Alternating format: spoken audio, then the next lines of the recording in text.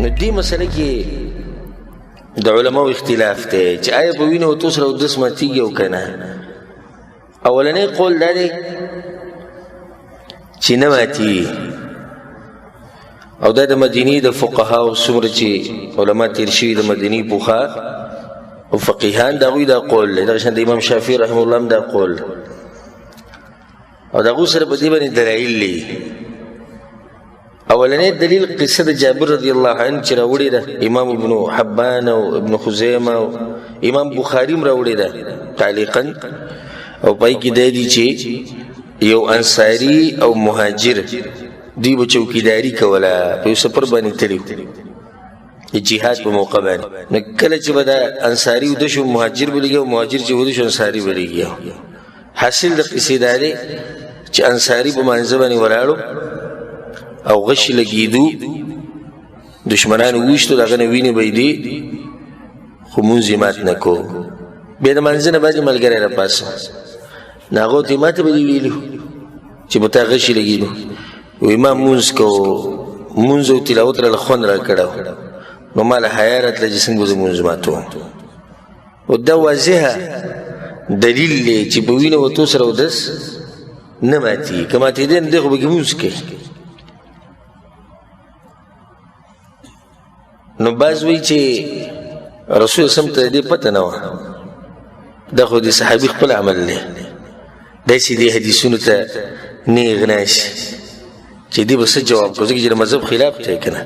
اوس د دې څه جواب خو پکار وایي جواب دا دی چې دا د صحابي خپل کار کړی دی، نو رسول سم خو دې نه و خبر، نو زه دا یو صحابي خطا شو، نو پکار خو چې د بل ملګري ورته ویلی چې هلکه مونځ خو دې وکړو، خو دا مونځ ستا نه دی چې ځکه اودس دې مات شوی، هغه ورته نو دا ونه وي.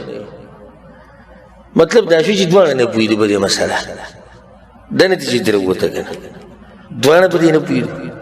او دا ارمان به ورم پوره کړو. په یو روایت کې داسې راځي چې فبلغ ذلک النبي صلی الله علیه وسلم، دا خبره رسول صلی ته ورسېده. نو دا خبره هم ختمه شوه چې رسول صلی ته پته نه. درېیمه خبره، که رسول صلی ته پته نه وي او دا کار دوی چې کوم کړی دا ناروا وی، الله به آیتونه نازل کړی وی، پیغمبر ته به یې وحي کړی وی چې پیغمبره دا مسلمانان پوه کړه چې په وینو وتو سره اودس ماتېږي. زه پیغمبر خو انسان دی، یو یېره شوتې یا معلومه ورته نه وه، علم الغیب ورسره نشته، الله ته هرې خبرې پته ده. او کله چې هم داسې واقعه راغلې ده چې په هغې کې یو داسې کار شوی دی چې الله یې نه غواړي، الله هغه خبره واضحه کړې ده، ای پیغمبره داسې نه داسې. نو اوس پیغمبر شتي، وحي راځي، الله یې بیا هم نه بیانوي. واضح شو چې دا خبرې هسې کمزوري دي چې رسول صلی ته خبر نه ورسېدلی، دا د دوی خپل عمل دی. نو د دوی خپل عمل شو، دا څومره اوچت انسانان دي. موږ که چېرته ووایو چې د پلاني مولوي صاحب خبره کمزوري ده، نو موږ د مرۍ نه نیسي. ها د مولوي صاحب خبره کمزوري شوه، او په خپله ښه په ارام ووایي دا د دوی خپل عمل و، د صحابو یې دوی پرې نه دي پوه شوي. دویم دلیل، امام ابن ابي شیبه رحمه الله دا روایت راوړی دی، عبدالله بن عمر رضی الله عنهما په مخ باندې یو دانه وه، په هغې کې ګوتې وهلې، دانه یې ماته شو، د هغې نه وینه راووته او بیا منزله لاړه. دریم دلیل، عبدالله بن ابي اوفا رضی الله عنه، او دا روایت امام عبدالرزاق راوړی په مصنف کې، وایي چې هغه یو پیر لاړې توکړې او په منځه کې لاړې توکل، ګس سیټ ته توکلی شي او ښی او مخې ته به نه توکي. او دا په هغه وخت کې چې کله جومات کې قالین نه وي، لکه د هغه وخت جوماتونه چې وي، وایي هغه لاړې توکړې، نو په هغې کې ته وینه لاړه، په دې لاړو کې څه وه؟ وینه په منځه ولاړ. دا سویم دلیل شو. دریم. څلورم دلیل، عبدالله بن عمر رضی الله عنهما، امام بیهقي دا روایت راوړی، امام بخاري م راوړی تعلیقا، چې عبدالله بن عمر یو پیر ښکر ولګو، ښکر لګول هغه حجامه چې ورته وایي، جسم نه وینه وویسته، او د کم ځینې چې وینه ویستو بس هغه قضیې باندې داسې اوبه راښکو دی، لاس یې لونکی یې پرې راښکو دی، بیا منځله راغله. پنځم دلیل واورئ. امام ابن ابي شيبه امام عبدالرزاق دا روایت راوړی دی چې د ابو هريره رضی الله عنه د پوزې نه یې ورځ وینه راووته، پوزه یې وینځل او بیا یې لړمانځه باندې ودرېد. دغه شان شپږم دلیل دا والی چې رسول صلی الله علیه وسلم چې مخکر لګولی حجامه یې کړې ده، نبی یې د هغې نه بعد اودس دا نه دی کړی چې وینې ورته سره اودس مات شو. څو دلیلونه شو؟ شپږ. اووم دلیل دا والی عمر د مبارک راځي چې هغه د زخمونو په حالت کې ولاړ او څه چلی کوو مونځ یې کوو، وینې ته به یې دی. اتم دلیل دا دی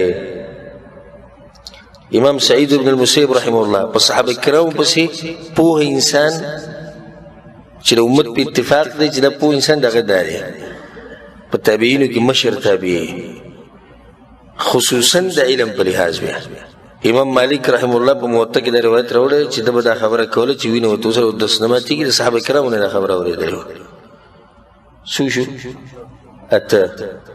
نهم دلیل چې دلیل نشتی په ماتېدو، نم دلیل دی که نه، دلیل نشتی په ماتېدو. دا نهه دلیلونه پوره دي. اوس که دې نه بعد یو سړي زړه مطمئن کېږي، الله دې بیا دغه زړه مطمئن کړي، پدې کې زموږ له بیا څه طریقه نه راځي. دین خو دغې ته وایي نه، د الله خبره او د الله د پیغمبر خبره. او درېیم ځای به کې بل موږ ته نه معلوم چې د هغه ځینې دلایل راواخلو او مطمئن یې کړو. د هغه علماو دلایل دي چې هغوی چې د وینې ورته سره اودس نه ماتېږي. خو ټول دا وایي چې د اودس کول غوره دي. غوره جدا مسله ده او لازم جدا مسله ده. یو سړي د جسم نه وینه ووته اودس کول څه دي؟ غوره دي. وینه کو مونځ صحیح دی. لسم دلیل به واوره چې لس پوره شي. امام حسن بصري رحمه الله وایي ما زال الناس يصلون في جراحاتهم. دا غټ امام دی دین وایي زه خو د اوسه پورې او چې کوم خلک یې نه منو په جهادونو کې او په جنګونو کې په دغه زخمونو کې لګیا مونځونه کوي. یعنې دې دومره خلکو ته پته نه شي چې وینه ورته سره اودس ماتېږي.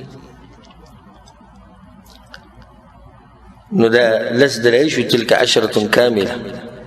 او د الله په توفیق سره د دې نه زیات هم بیانولی شو، بیا به رانه مسله ډېره اوږده شي.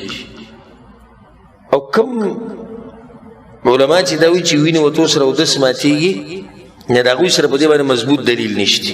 یو دلیل هغوی دا بیانوي، د عمر بن عبدالعزیز دا روایت چې تمیم الداري نه راوړی او د هغې د سند کمزورتیا موږ بیانه کړه چې سندن دا روایت څه دی؟ دا کمزور دی. دغه شان یو روایت راوړي پای کې دا دي چې رسول صلی الله وایي چې د الټو سره او د نو د وتو سره او د وینې وتو سره اودس ماتېږي. هغه روایت هم سندن کمزور دی. حاصل دا شو چې صحیح خبره ده چې په وینې وتو سره اودس نه ماتېږي او اودس کول څه دي؟ غوره دي. ښه په دې کې یو خبره مې ذهن ته راغله، که اوس څوک تاسو ته دا ووایي چې تاسو خو دا وایي چې وینې وتو سره اودس نه ماتېږي، په دې زنانه باندې چې د وینه راځي د حیض ده او د څلوېښتۍ ده، د دې سره اودس ماتېږي که نه ماتېږي؟ ماتېږي. نو بیا څنګه تاسو وایئ چې اودس نه ماتېږي؟ دا په هغه دوو لارو باندې وتې ده. او دا خبره موږ کړې وه چې په دې دوو لارو باندې څه موجود د هغې سره اودس ماتېږي. که وینه پرې ووته به اودس مات شو. واضح شو دا مسله؟